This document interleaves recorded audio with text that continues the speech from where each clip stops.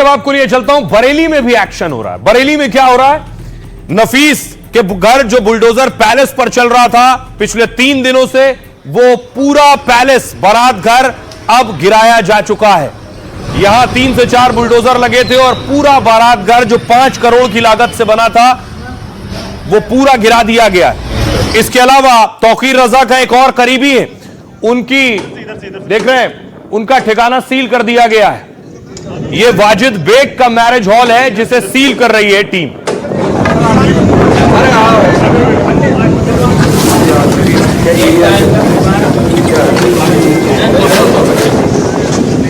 यानी तौकीर के जितने करीबी हैं उन पर अभी भी कार्रवाई हो रही है। एक और तौकीर के करीबी हैं, उनकी दुकान थी, उनकी दुकान सील की गई है। ये देख रहे हैं, पुलिस ने सील की है पूरी दुकान। AQ इंटरप्राइजेस के नाम से दुकान थी, ये भी तौकीर के करीबी थे, इनका नाम अब्दुल कय्यूम है, वो दुकान सील की गई है।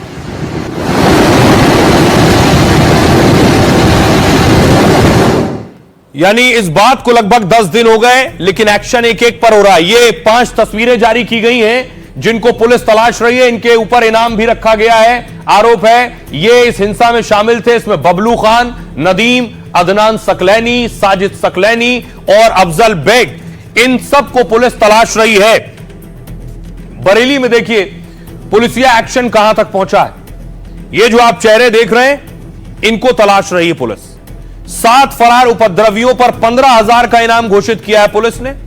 इन पर रेप और गंभीर अपराधों के कई आरोप हैं। ये हिस्ट्री शीटर तौकीर के करीबी होने का दावा करते हैं। बरेली में भीड़ जमा करने और उकसाने का काम इन्होंने किया। आरोपियों पर गैर जमानती वारंट भी जारी हो सकते हैं और उनसे उपद्रव में हुए नुकसान की वसूली भी संभव है।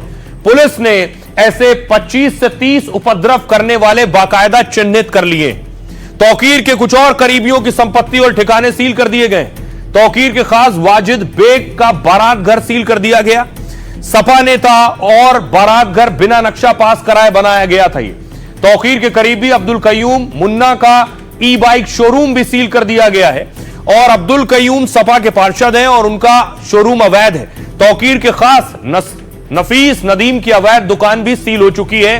तौकीर से जुड़े लोगों की 250 करोड़ की संपत्ति सील है।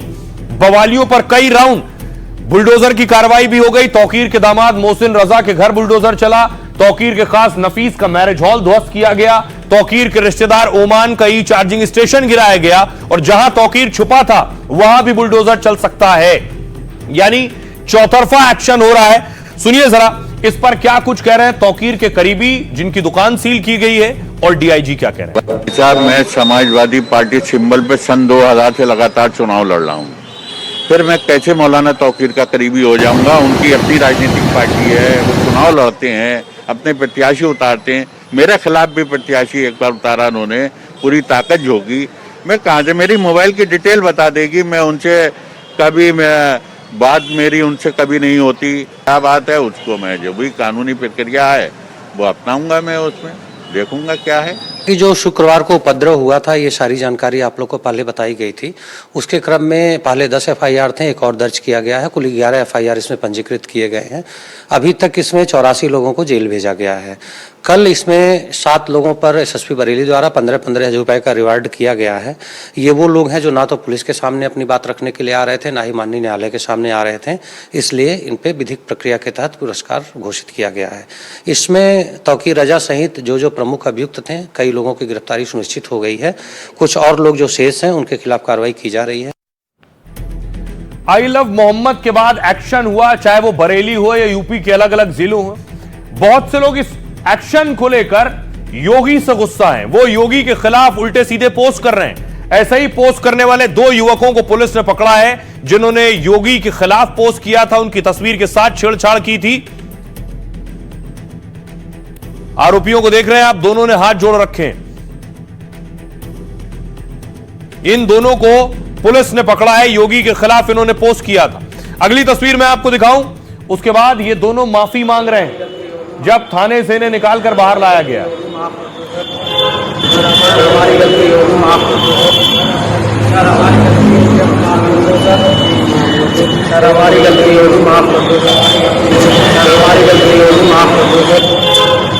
हमारी गलती है, हम आपको ये है वो दोनों जो अभी जेल में हैं। सीएम योगी की फोटो से छेड़छाड़ की 3 लोगों को भारी पड़ा है। सोशल मीडिया पर जिन्होंने योगी की फोटो एडिट कर वायरल की थी, वो अब सीएम योगी और बरेली पुलिस से माफी की गुहार लगा रहे हैं। कह रहे हैं बहुत बड़ी गलती हो गई, दोबारा ऐसा काम नहीं होगा। कोई भी पोस्ट करने से पहले अब 10 बार सोचेंगे। तीनों आरोपी अब जेल में हैं, जिनमें एक स्पोर्ट्स से जुड़ा हुआ कोच भी है। दरअसल बरेली के इमरान और आसिफ ने योगी की फोटो एडिट की, योगी की फोटो पर अभद्र टिप्पणी कर सोशल मीडिया पोस्ट किया। हिंदू संगठनों ने इसके खिलाफ बाकायदा रिपोर्ट दर्ज कराई थी। धार्मिक भावनाएं आहत करने का आरोप लगाया गया और आरोपियों के खिलाफ तुरंत कड़ी कार्रवाई की मांग की गई। इसके बाद पुलिस ने आरोपियों पर एक्शन लिया। बरेली समेत पूरे यूपी से ऐसे 5 आरोपी पकड़े गए जो सोशल मीडिया पर योगी की फोटो से खिलवाड़ कर रहे थे। अब इस बीच देखिए, बरेली के साथ साथ संभल में भी बुलडोजर चल रहा था, लेकिन खबर यह है कि संभल बाबा बागेश्वर भी जाने वाले हैं। यह संभल की तस्वीर आप देख रहे हैं, संभल की मस्जिद जिस पर अभी भी बुलडोजर चल रहा था और हथौड़ा भी चल रहा था। बच्चा को हटाओ, बच्चों को।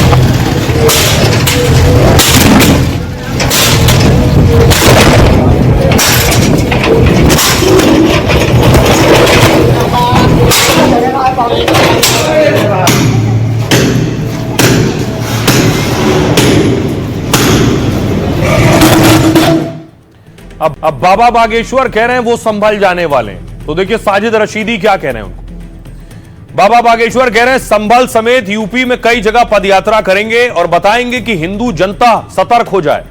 हिंदू विरोधियों का या तो देश निकाला जाए हिंदू विरोधियों को, या फिर उनकी घर वापसी कराई जाए। साजिद रशीदी कह रहे हैं बाबा बागेश्वर हमेशा नफरत फैलाने की बात करते हैं। देश निकाला करने की बात करने वाले वो होते कौन है? आप संभल में ही पदयात्रा क्यों निकालना चाहते हैं? मेरे यहां सहारनपुर आ जाइए, दिल्ली चले जाइए। बागेश्वर कह रहे हैं होली और राम जुलूस पर पत्थरबाजी एक ट्रेंड हो गया है। हमें हिंदू धर्म की रक्षा के लिए बड़े कदम उठाने होंगे। घंटी बजाना, पूजा करना, तिलक लगाना ही धर्म नहीं है, बल्कि अधर्म के खिलाफ आवाज उठाना भी धर्म है। इसके लिए माला और भाला दोनों रखना जरूरी है। साजिद रशीदी कह रहे हैं वो हिंदू राष्ट्र की बात करते हैं, माला और भाला की बात करते हैं, कभी कहते हैं कि चाकू तेज रखो। अगर हम कह दें कि तस्बीह और तलवार साथ रखें तो मुझे देशद्रोही कह दिया जाएगा और केस कर देंगे। बाबा बागेश्वर कह रहे हैं अभी हमको पश्चिम बंगाल जाना था तो दीदी ने हमको मना कर दिया। जहां परमिशन थी वहां पानी भर गया, वो और दूसरी जगह परमिशन नहीं मिल रही है। अब दीदी के रहते बंगाल नहीं जाएंगे, दादा जब आएंगे तब हम बंगाल जाएंगे। साजिद रशीदी कह रहे हैं बाबा बागेश्वर जैसे संतों को ऐसे बोलने की मंजूरी क्यों है? जो अपने बयानों से देश में नफरत फैलाने में लगे हैं, ऐसे लोगों पर तुरंत कड़ा एक्शन क्यों नहीं हो रहा है?